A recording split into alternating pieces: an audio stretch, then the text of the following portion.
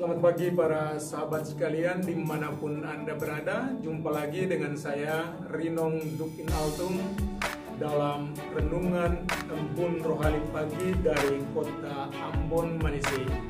Minggu tanggal 6 September 2020. Minggu biasa ke-23 sekaligus menjadi hari Minggu Kitab Suci Nasional. Mari kita siapkan hati untuk berdoa. Dalam nama Bapa dan Putra dan Roh Kudus. Amin. Allah Bapa yang Maha Kuasa dan Kekal, firman-Mu adalah Engkau sendiri. Dan ketika kami membaca firman-Mu, Engkau datang untuk menyapa kami. Karena itu kami mohon kepadamu ya Bapa, curahailah kami Roh Kudus-Mu, agar firman yang akan kami dengar mampu meresap dalam hati kami, memampukan kami untuk menjadi pelaksana dalam hidup kami setiap hari. Doa ini kami panjatkan kepadamu dengan perantaraan Kristus Tuhan kami. Amin. Dalam nama Bapa dan Putra dan Roh Kudus. Amin. Tuhan sertamu dan sertamu juga. Inilah Injil suci Yesus Kristus menurut Santo Matius. Dimuliakanlah Tuhan. Sekali peristiwa, Yesus berkata kepada murid-muridnya, "Apabila saudaramu berbuat dosa, tegurlah dia di bawah 4 mata. Jika ia mendengarkan nasihatmu, engkau telah mendapatkannya kembali. Jika ia tidak mendengarkan engkau, bawalah seorang atau 2 orang lain, supaya atas keterangan 2 atau 3 orang saksi, perkara itu tidak disangsikan. Jika ia tidak mau mendengarkan mereka, sampaikanlah soalnya kepada jemaat. Dan jika ia tidak mau juga mendengarkan jemaat, pandanglah dia sebagai orang yang tidak mengenal Allah atau seorang pemungut cukai. Aku berkata kepadamu, sungguh, apa yang kamu ikat di dunia ini akan terikat di surga, dan apa yang kamu lepaskan di dunia ini akan terlepas di surga. Dan lagi aku berkata kepadamu, jika 2 orang di antaramu di dunia ini sepakat meminta apapun, permintaan mereka itu akan dikabulkan oleh Bapakku yang di surga. Sebab di mana 2 atau 3 orang berkumpul demi namaku, aku hadir di tengah-tengah mereka." Demikianlah sabda Tuhan. Terpujilah Kristus. Kasih adalah kegenapan dan kesempurnaan dari hukum.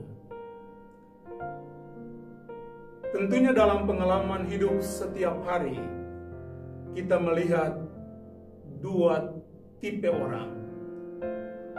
Pertama, ada orang yang selalu punya kecenderungan untuk mengkritik segala sesuatu yang ada di sekitarnya. Entahkah apa yang dia lihat atau apa yang dia dengar. Semuanya seakan-akan salah di mata atau pandangannya.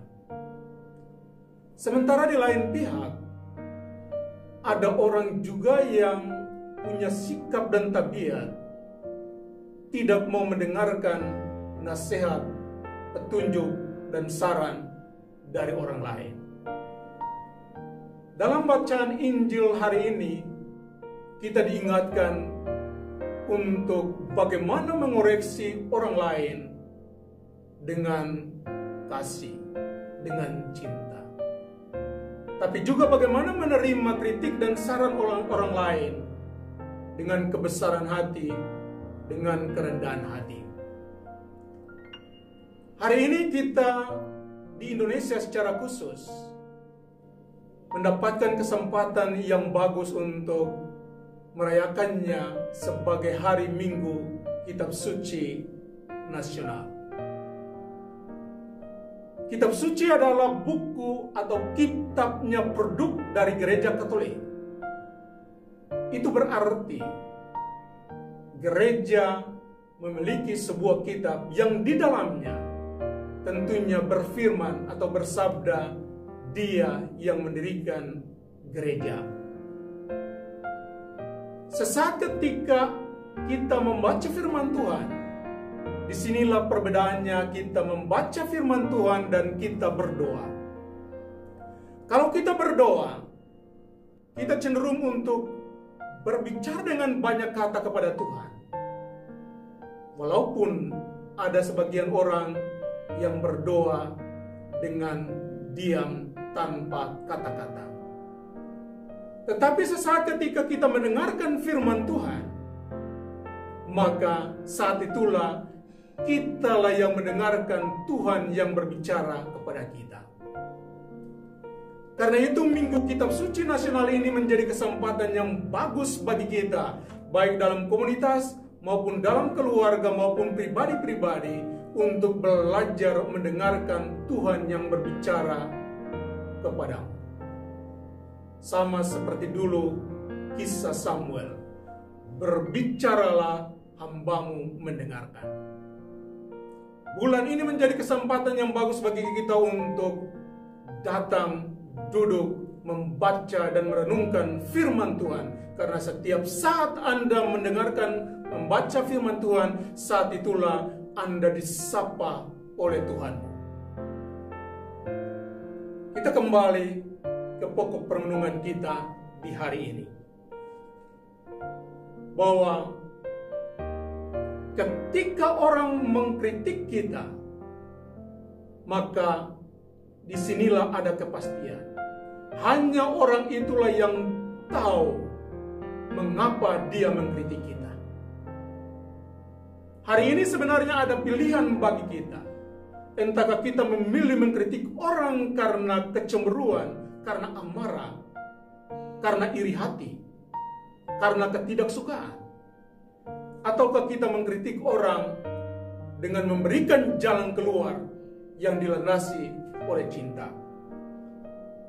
Karena itu hanya mereka yang punya kasihlah yang dapat mengoreksi sahabat-sahabatnya atau orang lain tanpa melukai, tanpa merendahkan, dan tanpa mempermalukan mereka. Kasih teruji ketika kita mengoreksi orang lain. Karena kecenderungan manusia adalah ketika para sahabat mempunyai kesalahan, memiliki kesalahan, justru kita berlomba-lomba untuk menjadi corong yang memperdengar suara kesalahan dan kekurangan teman itu. Hari ini kita disadarkan bahwa jadilah corong untuk mewartakan kebaikan, bukan keburukan. Berikut, hanya kerendahan hatilah yang membuat seseorang mampu untuk menerima koreksi atau bahkan kritik dari orang lain. Di sini kerendahan hati dan kebesaran hati diperlukan bagi pribadi yang menerima kritik.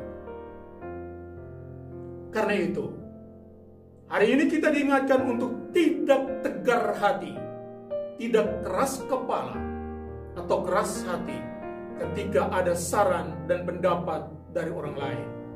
Karena pasti di balik semua saran dan pendapat itu ada kasih dari seorang sahabat kepada kita, di mana dia ingin agar kita bertumbuh, dia ingin agar kita berkembang. Dan akhirnya, peluklah kesalahan temanmu di dalam hatimu dan doakanlah mereka. Karena hanya Tuhanlah yang dapat mengubah seseorang sesuai dengan kehendaknya. Semoga demikian. Amin. Tuhan sertamu dan sertamu juga. Semoga saudara-saudari sekalian dilindungi dan diberkati oleh Allah yang Maha Kuasa, Bapa dan Putra dan Roh Kudus. Amin. Selamat berhari Minggu.